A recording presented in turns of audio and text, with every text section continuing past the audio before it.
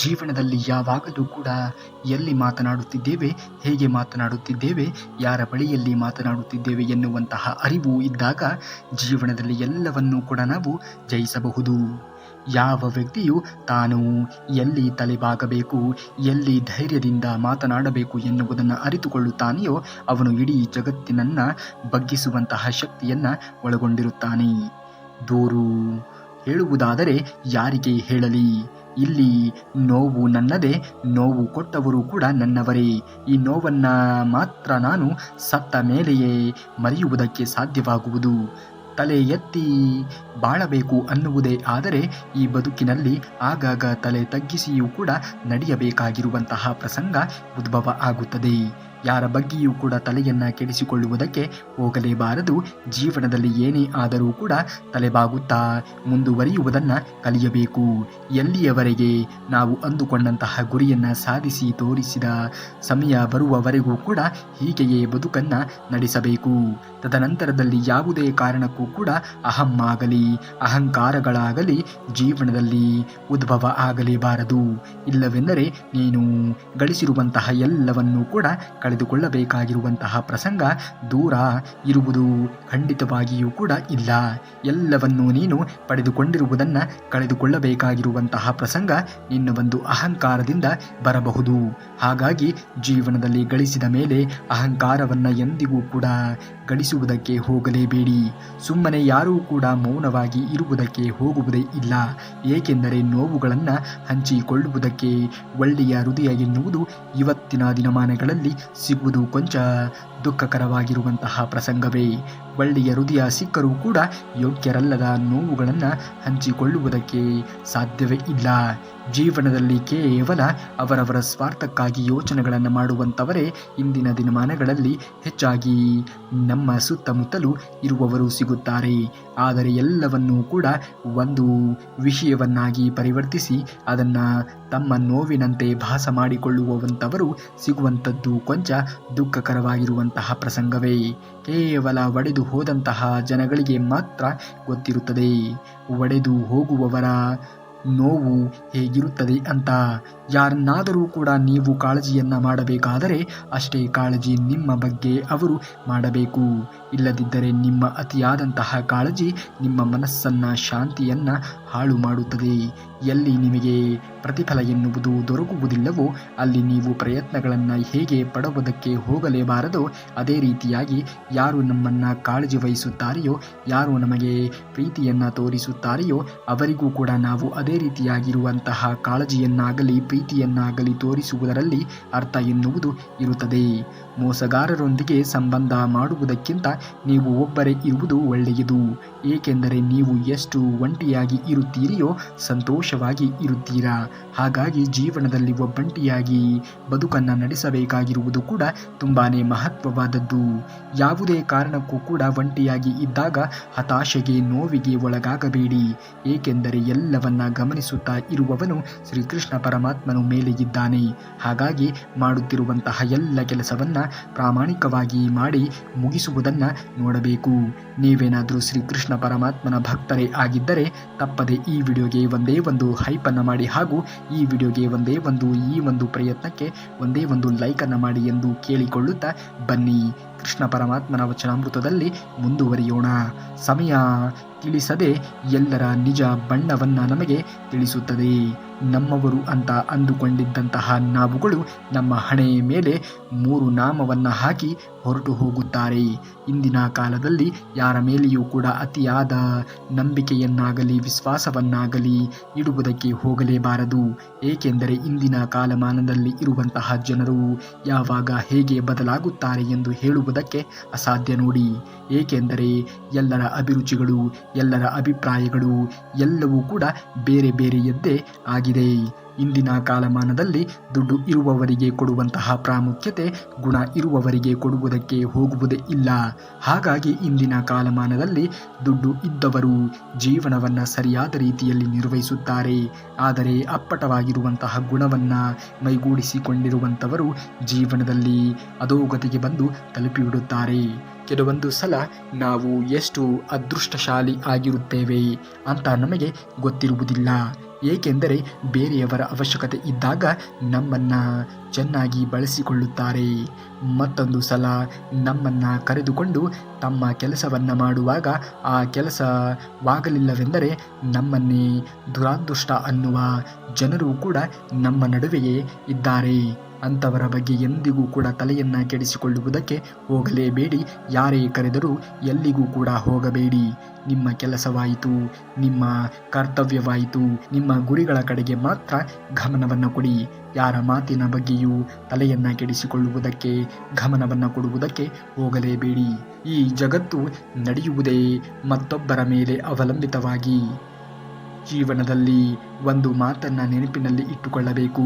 ನಿಮ್ಮ ಜೊತೆ ಸಂತೋಷವಾಗಿ ಇರುವವರು ಯಾವಾಗಲಾದರೂ ಕೂಡ ಒಂದು ಸಲ ನಿಮ್ಮಿಂದ ತನ್ನ ಸಂತೋಷವನ್ನು ದೂರವಾಯಿತು ಎಂದು ಹೇಳುತ್ತಾರೆ. ಆವಾಗ ನಿಮ್ಮ ಮನಸ್ಸಿಗೆ ಆಗುವಂತಹ ಗಾಯಕ್ಕೆ ಮದ್ದೆ ಎನ್ನುವುದು ಇರುವುದೇ ಇಲ್ಲ.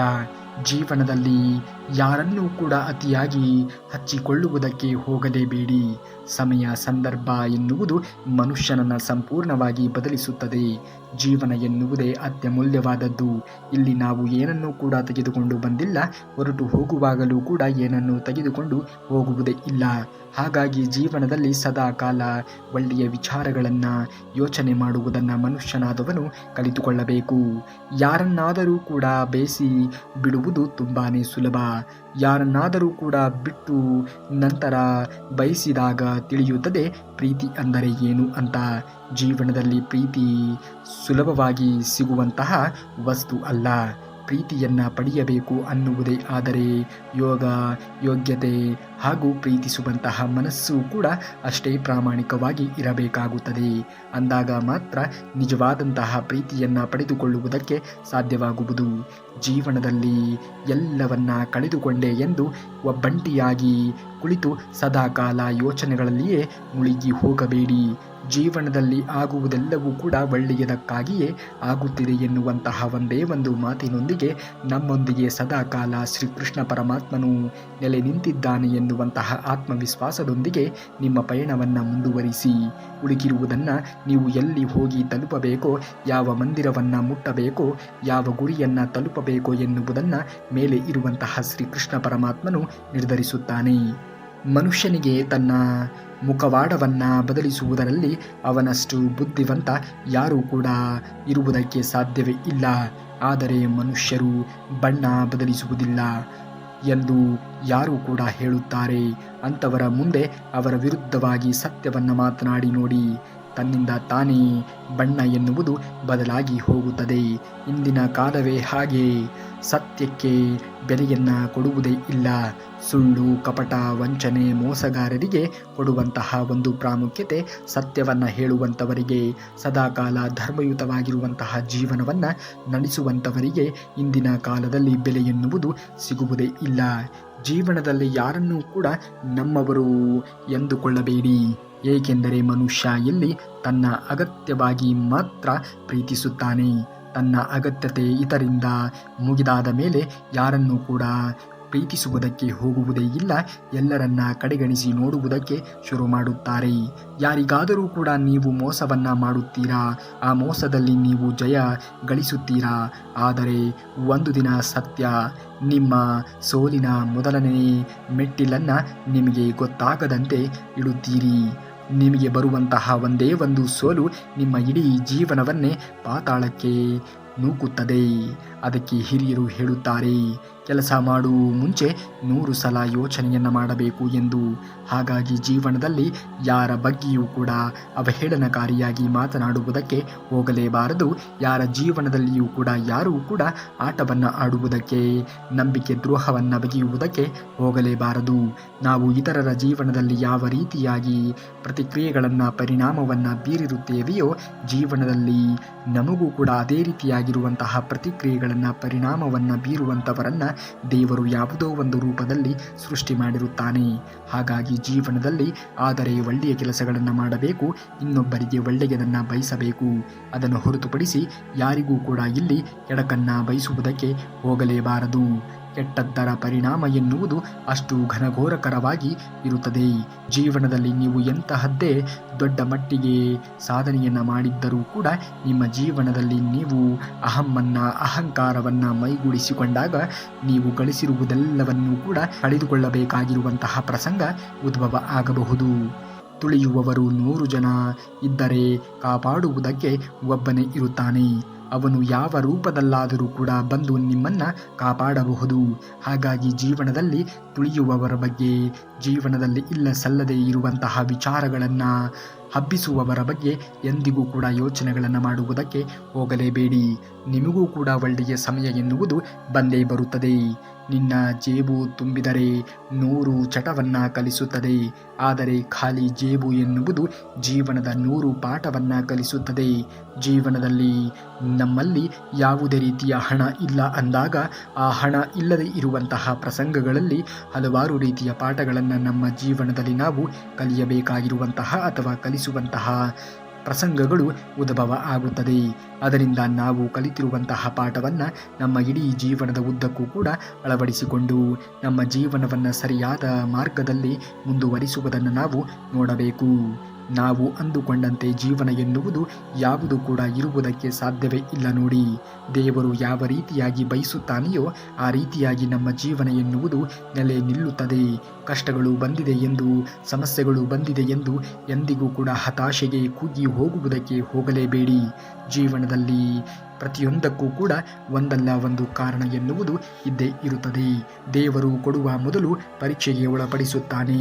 ಆ ಪರೀಕ್ಷೆಯಲ್ಲಿ ನೀನು ಜಯಬೇರಿ ಆದಾಗ ಮಾತ್ರ ನೀನು ಅಂದುಕೊಂಡಂತೆ ನಿನ್ನ ಗುರಿಯನ್ನು ತಲುಪುವುದಕ್ಕೆ ಸಾಧ್ಯವಾಗುವುದು.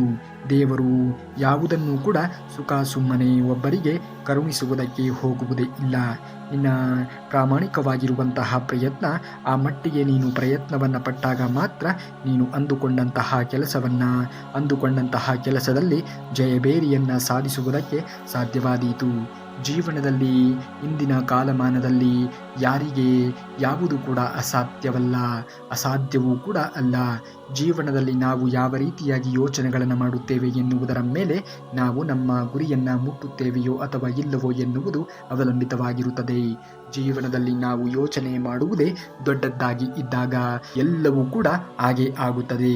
ಆತ್ಮವಿಶ್ವಾಸ ಎನ್ನುವುದು ಯಾವುದೇ ಕಾರಣಕ್ಕೂ ಕೂಡ ಮನುಷ್ಯನಾದವನು ಕಳೆದುಕೊಳ್ಳುವುದಕ್ಕೆ ಹೋಗಲೇಬಾರದು. ನಿನ್ನ ತೊಂದರೆಗಳಿಗೆ 100 ಕಾರಣಗಳು ಇರಬಹುದು, ಆದರೆ ಇವೆರಡೂ ಕಾರಣ ನಿನ್ನ ಇಡೀ ಜೀವನದಲ್ಲಿ ಇದ್ದೇ ಇರುತ್ತದೆ. ಮೊದಲನೆಯದು ಕೆಟ್ಟವರ ಮೇಲೆ ನಂಬಿಕೆಯನ್ನು ಇಡುವುದು, ಎರಡನೆಯದು ಒಳ್ಳೆಯವರ ಮೇಲೆ ಪದೇ ಪದೇ ಸಂಶಯವನ್ನು ಪಡುವುದು.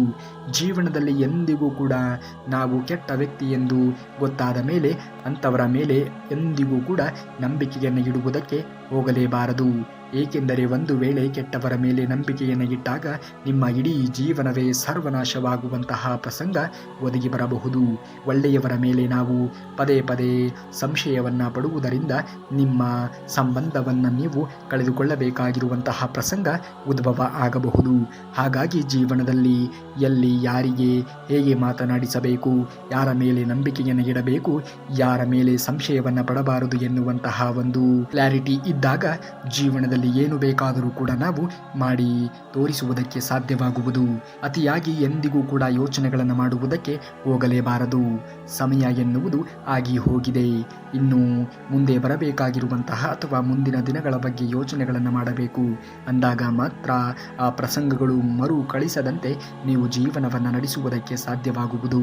ಆಗಿ ಹೋಗಿರುವುದರ ಬಗ್ಗೆ ಯೋಚನೆಗಳನ್ನು ಮಾಡುತ್ತಾ ನಿಮ್ಮ ಅತ್ಯಮೂಲ್ಯವಾಗಿರುವಂತಹ ಇಂದಿನ ಸಮಯವನ್ನು ವ್ಯರ್ಥ ಮಾಡುವುದರಿಂದ ನಾಳೆ ಬರುವಂತಹ ಸಮಯವೂ ಕೂಡ ಅದೇ ರೀತಿಯಾಗಿರುವಂತಹ ವ್ಯರ್ಥವನ್ನು ಕಳೆಯಬೇಕಾಗಿರುವಂತಹ ಪ್ರಸಂಗ ಒದಗಿ ಬರುತ್ತದೆ. ಜೀವನವನ್ನು ಸರಿಯಾದ ರೀತಿಯಲ್ಲಿ ಅರ್ಥೈಸಿಕೊಂಡು ಜೀವನವನ್ನು ಮಾಡುವುದನ್ನು ಕಲಿತುಕೊಳ್ಳಿ. ಯಾರೇ ಏನೇ ಹೇಳಿದರೂ ಕೂಡ ತಲೆಯನ್ನು ಕೆಡಿಸಿಕೊಳ್ಳುವುದಕ್ಕೆ ಹೋಗಲೇಬೇಡಿ. ಆಗುವುದೆಲ್ಲ ಒಳ್ಳೆಯದೇ ಆಗುತ್ತದೆ. ನಿಜವಾಗಿಯೂ ಕೂಡ ನೀವು ಅಂದುಕೊಂಡಂತೆ ಜೀವನ ಎನ್ನುವುದು ರೂಪಿತವಾಗಬೇಕು ಅನ್ನುವುದೇ ಆದರೆ ಅದಕ್ಕೆ ತಕ್ಕ ರೀತಿಯಾಗಿರುವಂತಹ ಶ್ರಮ ಪಡುವಂತಹ ಗುಣವನ್ನು ಕೂಡ ಜೀವನದಲ್ಲಿ ನಾವು ಬೆಳೆಸಿಕೊಳ್ಳಬೇಕಾಗಿರುವಂತಹ ಒಂದು ಅವಶ್ಯಕತೆ ಇಂದಿನ ಕಾಲಮಾನದಲ್ಲಿ ಅತಿಯಾಗಿ ಇದೆ. ಹಾಗಾಗಿ ಜೀವನದಲ್ಲಿ ಕನಸು ಕಾಣುವುದು ತುಂಬಾ ಮಹತ್ವ. ಅದೇ ರೀತಿಯಾಗಿ ಆ ಕನಸನ್ನು ನನಸು ಮಾಡಿಕೊಳ್ಳಬೇಕು ಅನ್ನುವುದೇ ಆದರೆ ಅದಕ್ಕೆ ಬೇಕಾಗಿರುವಂತಹ ತಯಾರಿಗಳೊಂದಿಗೆ ಸತತವಾಗಿರುವಂತಹ ಪ್ರಯತ್ನವನ್ನು ಪಡುವುದು ಕೂಡ ಅಂತಹದ್ದೇ ಮುಖ್ಯವಾಗಿರುವಂತಹ ಅಂಶವಾಗಿರುತ್ತದೆ. ನಿಮ್ಮ ಮನಸ್ಸು ನೋವಿನಿಂದ ಕೂಡಿದಾಗ ನಿಮ್ಮ ಮುಖದಲ್ಲಿ ಸದಾ ನಗುವನ್ನು ಬಯಸುವಂತಹ ವ್ಯಕ್ತಿಗಳೊಡನೆ ಸಮಯವನ್ನು ಕಳೆಯಿರಿ. ಏಕೆಂದರೆ ಅವರು ಎಂದಿಗೂ ಕೂಡ ಉರಿಯುವ ಬೆಂಕಿಗೆ ತುಪ್ಪವನ್ನು ಸುರಿಸುವಂತಹ ಕೆಲಸವನ್ನು ಮಾಡುವುದೇ ಇಲ್ಲ. ಜೀವನದಲ್ಲಿ ನೀವು ದುಃಖ, ಸಮಸ್ಯೆ, ಕೆಟ್ಟ ಪರಿಸ್ಥಿತಿಗಳಲ್ಲಿ ಇದ್ದಾಗ ನಿಮ್ಮನ್ನು ಯಾವುದೋ ಒಂದು ಹಂತಗಳಲ್ಲಿ ಅವರು ನಿಮ್ಮನ್ನು ಆ ಒಂದು ಪರಿಸ್ಥಿತಿಯಿಂದ ಹೊರಗಡೆ ತರುವುದಕ್ಕೆ ಪ್ರಯತ್ನವನ್ನು ಪಡುತ್ತಿರುತ್ತಾರೆಯೋ ಅಂಥವರು ಮಾತ್ರ ನಿಮ್ಮ ನಿಜವಾದ ಸ್ನೇಹಿತರು ಆಗುವುದಕ್ಕೆ ಸಾಧ್ಯವಾದೀತು. ಅಂಥವರ ಒಂದು ಸಂಬಂಧವನ್ನು ಎಂದಿಗೂ ಕೂಡ ಕಳೆದುಕೊಳ್ಳುವುದಕ್ಕೆ ಹೋಗಲೇಬೇಡಿ. ಏಕೆಂದರೆ ಅಂತಹ ಸ್ನೇಹಿತರು, ಅಂತಹ ಸಂಬಂಧ ಸಿಗುವುದು ತುಂಬಾ ಕಠಿಣ.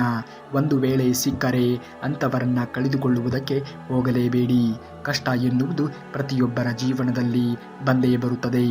ಒಬ್ಬೊಬ್ಬರಿಗೆ ಒಂದೊಂದು ರೀತಿಯ ಕಷ್ಟಗಳು, ಸಮಸ್ಯೆಗಳು ಎನ್ನುವುದು ಇದ್ದೇ ಇರುತ್ತದೆ.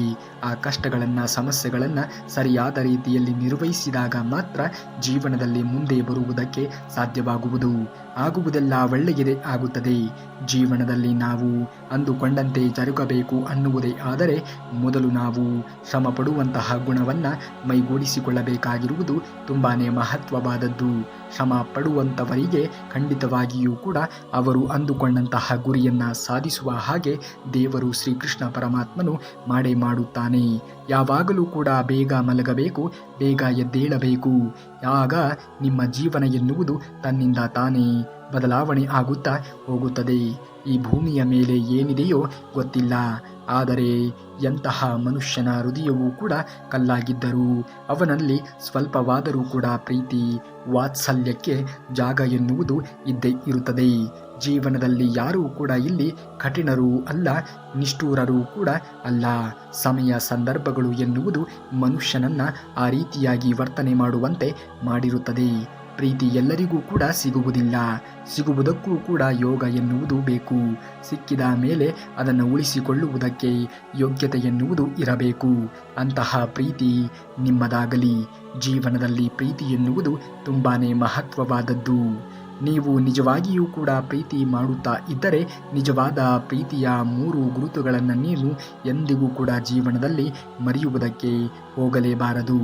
1, ಪರಸ್ಪರ ನೀವು ಒಬ್ಬರಿಗೆ ಒಬ್ಬರು ಗೌರವವನ್ನು ಕೊಡುವುದನ್ನು ಕಲಿತುಕೊಳ್ಳಬೇಕು. ಆಗ ಖಂಡಿತವಾಗಿಯೂ ಕೂಡ ನಿಮ್ಮ ಸಂಬಂಧ ಎನ್ನುವುದು ಹಾಳಾಗುವುದಕ್ಕೆ ಸಾಧ್ಯವೇ ಇಲ್ಲ. ಜೀವನದಲ್ಲಿ ಒಬ್ಬರಿಗೆ ಒಬ್ಬರು ಪರಸ್ಪರವಾಗಿ ಯಾವಾಗ ಗೌರವವನ್ನು ಕೊಡುವುದನ್ನು ಕಲಿಯುತ್ತೀರಿಯೋ ಆಗ ನಿಮ್ಮ ಮೇಲೆ ಇರುವಂತಹ ಅಭಿಪ್ರಾಯಗಳು ಎಲ್ಲವೂ ಕೂಡ ಬದಲಾಗಬಹುದು. ಇನ್ನು 2ನೆಯದು, ಒಬ್ಬರ ನಡುವೆ ಹೊಂದಾಣಿಕೆ ಎನ್ನುವುದು ಇರಬೇಕು. ಜೀವನದಲ್ಲಿ ಎಂತಹ ಪರಿಸ್ಥಿತಿಗಳು ಬಂದರೂ ಕೂಡ ಹೊಂದಾಣಿಕೆಯಿಂದ ಜೀವನವನ್ನು ನಿರ್ವಹಿಸುವುದನ್ನು ಮನುಷ್ಯನಾದವನು ಕಲಿತುಕೊಳ್ಳಬೇಕು. ಅಂತಹ ಒಂದು ಹೊಂದಾಣಿಕೆ ಎನ್ನುವುದು ನಿಮ್ಮಿಬ್ಬರಲ್ಲಿ ಇದ್ದಾಗ ಜೀವನದಲ್ಲಿ ನೀವು ಸದಾಕಾಲ ಪ್ರೀತಿಯನ್ನು ತುಂಬಿಕೊಂಡು ಜೀವನವನ್ನು, ನಿಮ್ಮ ಸಂಸಾರವನ್ನು ನಡೆಸುವುದಕ್ಕೆ ಸಾಧ್ಯವಾದೀತು. ಇನ್ನು 3ನೆಯದು, ಒಬ್ಬರಿಗೊಬ್ಬರು ಕಾಳಜಿಯನ್ನು ವಹಿಸಬೇಕು. ಜೀವನದಲ್ಲಿ ಪತಿ ಸಮಸ್ಯೆಗೆ ಸಿಲುಕಿದಾಗ ಪತ್ನಿ ಸಹಕಾರವನ್ನು ಮಾಡಬೇಕು. ಪತ್ನಿ ಸಮಸ್ಯೆಯಲ್ಲಿ, ತೊಂದರೆಗಳಲ್ಲಿ ಸಿಲುಕಿಕೊಂಡಾಗ ಪತಿ ಕರುಣೆಯನ್ನು ತೋರಬೇಕು, ಸಹಕಾರವನ್ನು ಮಾಡಬೇಕು. ಹೊಂದಾಣಿಕೆಯಿಂದ ನಡೆದಾಗ ಜೀವನ ಎನ್ನುವುದು ಉಜ್ವಲವಾಗಿ ಸಾಗುತ್ತದೆ. ಜೀವನದಲ್ಲಿ ಖಂಡಿತವಾಗಿಯೂ ಕೂಡ ಒಳ್ಳೆಯ ದಿನಗಳು ಎನ್ನುವುದು ಬಂದೇ ಬರುತ್ತದೆ. ಖಂಡಿತವಾಗಿಯೂ ಕೂಡ ನಾವು ಅಂದುಕೊಂಡಂತಹ ಗುರಿಯನ್ನು, ನಾವು ಅಂದುಕೊಂಡಂತಹ ಅಥವಾ ನಾವು ಭಾವಿಸಿರುವಂತಹ ಜೀವನ ಶೈಲಿಯನ್ನು ಪಡೆದುಕೊಳ್ಳಬೇಕು. ಆ ರೀತಿಯಾಗಿ ಬದುಕಬೇಕು ಅನ್ನುವುದೇ ಆದರೆ ಜೀವನದಲ್ಲಿ ಬರುವಂತಹ ಎಲ್ಲವನ್ನೂ ಕೂಡ ನಾವು ಸಹಿಸಿಕೊಳ್ಳಬೇಕಾಗಿರುವಂತಹ ಒಂದು ಅನಿವಾರ್ಯತೆ ಇದ್ದೇ ಇದೆ. ಹಾಗಾಗಿ ಜೀವನದಲ್ಲಿ ಬರುವುದೆಲ್ಲವನ್ನ ಬಂದಂತೆ ಸ್ವೀಕರಿಸುತ್ತಾ ಮುಂದುವರಿಯುವುದನ್ನು ಕಲಿಯಬೇಕು. ಆಗ ಖಂಡಿತವಾಗಿಯೂ ಕೂಡ ನೀವು ಅಂದುಕೊಂಡಂತಹ ಗುರಿಯನ್ನು ತಲುಪುವುದಕ್ಕೆ ಸಾಧ್ಯವಾಗುವುದು.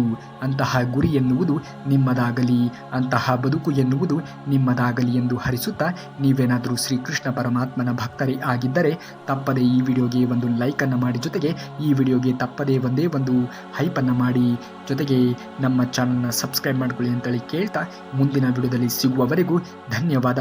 ಕರುನಾಡಿಗೆ.